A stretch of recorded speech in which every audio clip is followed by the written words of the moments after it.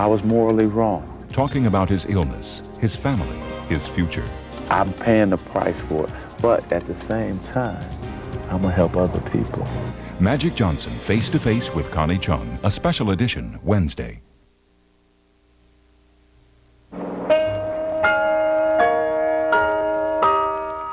By the light of the silvery moon. Usually all the Honolulu radio stations shut down for the evening. But tonight, one station, KGNB, broadcast all evening a show called Swing Nocturne. And the reason for this was that the Army wanted a radio beacon for a flight of B-17s that was coming in from the mainland. Now, of course, this same music was also a beacon for the Japanese north of Oahu. Dreams will bring love, dreams will be cuddling soon by the silvery moon.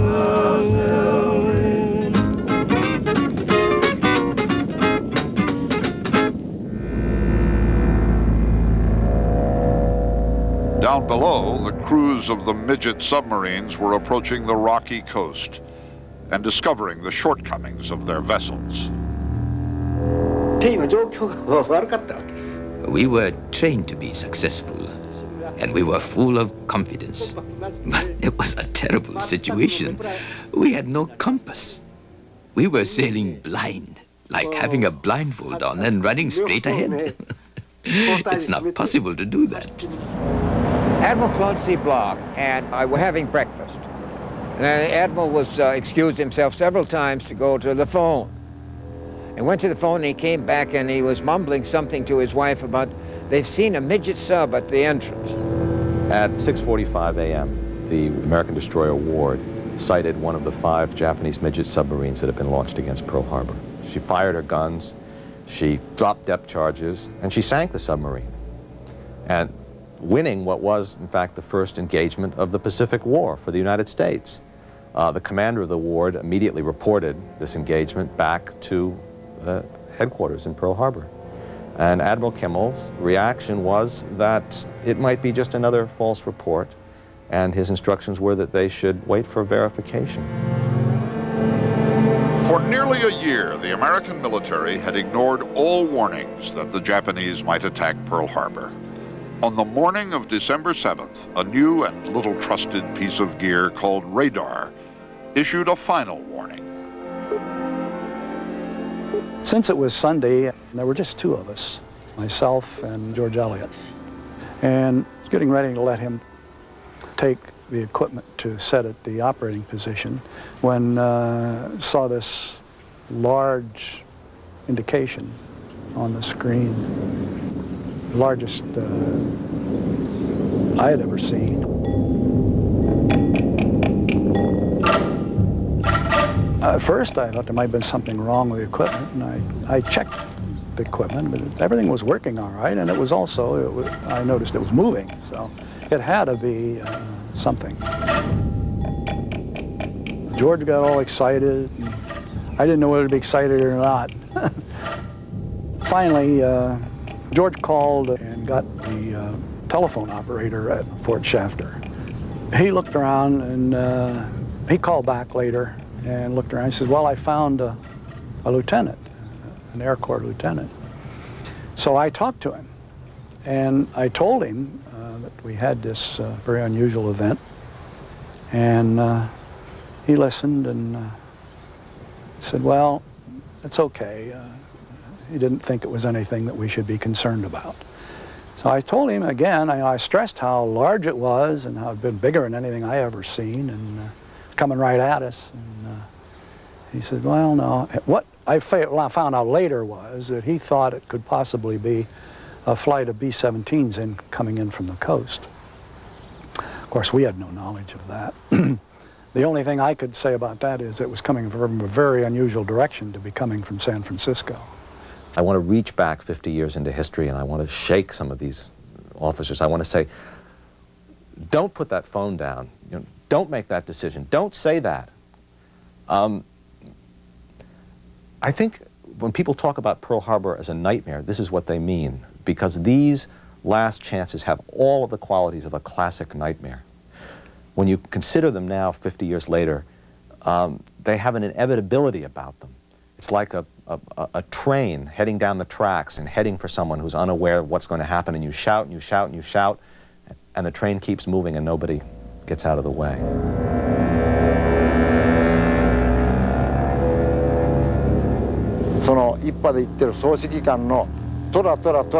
One hour after departure, the commander of the first wing gave us the sign, Tora Tora Tora, which meant that surprise had been complete.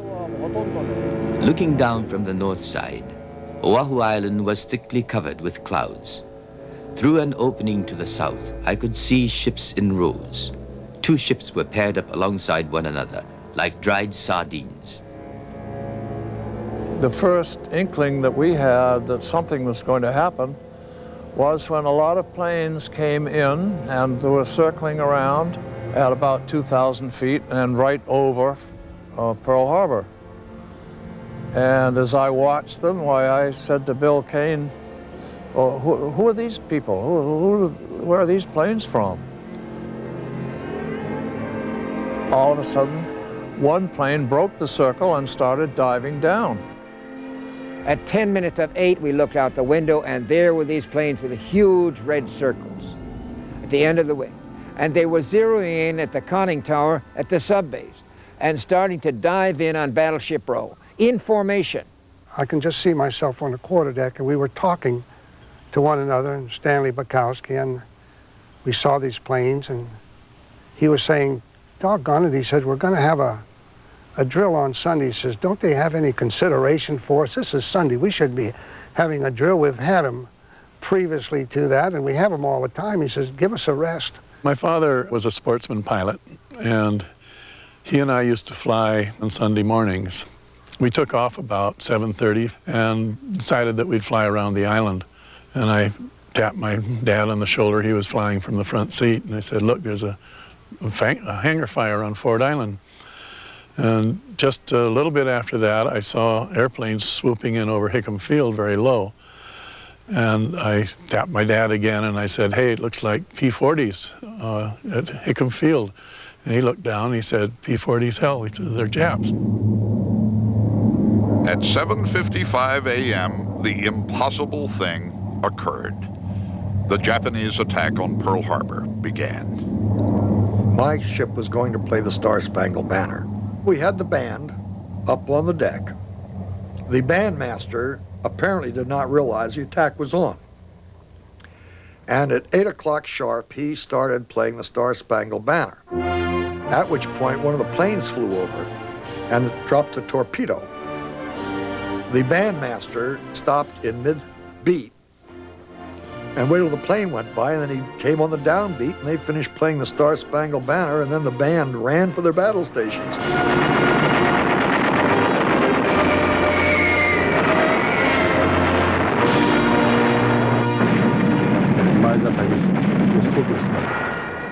My name is Takeshi Maeda. I was 20 years old in December of 1941. I flew a torpedo bomber. And as we came down toward the harbor, I saw beautiful pineapple fields. Then we could see people on the ships. I could see their faces. They looked frightened. I dropped a torpedo aiming at the second ship from the left. I learned later that it was the West Virginia. My torpedo hit just right. I saw a pillar of water. When the torpedoes hit, this tremendous wall of water just washed us right back across the quarterdeck to the other side of the ship. And when we hit the railing and we got up, and Stanley and I, we looked at one another. He says, what the hell was that all about? He said, what's going on? And about that time, we saw this Japanese plane fly over the ship, and he couldn't have been more than, maybe 100 feet from us, and he just kind of looked over the side, and we saw him smile, and I'll remember his face until the day I die. I just can't forget it. And I bet I dream about that guy. I've been dreaming about him for over 50 years. Civilians and servicemen who witnessed the attack on Oahu had a common sequence of emotions. First, they felt denial. They denied the possibility that it could be the Japanese who were attacking. In fact, General Short first thought that it was a training mission gone wrong. And then finally, when he was told that it wasn't, that it was the Japanese planes, he said, it's ridiculous. Even when he saw the planes, when he saw the meatballs, when he saw the bombs dropping, when he heard the guns and the strafing, when he got reports, he still thought it was ridiculous, impossible. It couldn't be happening. My father decided that since there were no airplanes at our level, that the safest thing for us to do was just to stay where we were, because it looked like a hornet's nest under us. There were just airplanes flying all over the place. So finally there was a lull, I would guess 20 minutes later, and we started to spiral down. It turned out that we were right in the path of the torpedo planes that were coming in to torpedo the battleships. The rear gunners would glance over and see us and then swing their gun around and start shooting. We saw the sky full of bursts of anti-aircraft shells, and the attacking planes were low overhead. KGP to Car 20, proceed to 610E Damon Track. Complainant reported a bomb fell through his house while he was having breakfast. Then women and children began streaming up the hill in front of our place. And one little boy said to me, "My father told me to keep going up this hill as far as I could." I wondered if they'd bother about me. And I decided their target was Pearl Harbor, and they wouldn't waste ammunition on me. KGPQ Car 20, KGPQ to Car 20, proceed to 610E Damon Track. An unknown woman reported a bomb fell near this address. About 5 minutes of 8, there was a terrible explosion, 2 terrible explosions that came from Pearl Harbor. They shook the house, they shook us, and then we could hear the planes coming over our house. I thought, well, we'll all be killed. So I went down to be with my family. And I sat there thinking about my dear husband, and I had no idea what had happened to him. But in my mind, I finally decided that he would live and that I would be killed and he would marry someone else. And it infuriated me. Thinking back on it, I can't believe how mad I got. But I was determined I was going to live. I saw anti-aircraft explosions on my right. It looked like black sesame seeds and salt on the clouds. Chills went down my spine. We made a right turn from Diamond Head, and I led our squadron to the spot where we could begin our attack. The chills soon passed, and I forgot about the fear. I was only concentrating on our targets. There was no way they could miss. They're all alone up in the sky, and we're the target. And I'm in the bullseye of it for the whole day. I was on guard duty. It was this fellow, my friend, Mannix, came down from the barracks, and he and I were talking. He was telling me what was going on in the barracks. A lot of guys were killed in their sleep, and they're dropping bombs, and the planes are lower and lower this time, so obviously they can't miss. And we're driven up into the air by the concussions, and each time I'd say, "Are you okay, Mannix?" And he'd say, "Yeah, are you okay?" And, you know, except for more bumps and bruises, I was okay. And then one time, there was a huge explosion, and I seemed to have, I was disoriented, I guess. It felt like I'd gone about 10 feet in the air. When I came down, he landed half on top of me, and I said, "Are you okay?" And he didn't answer.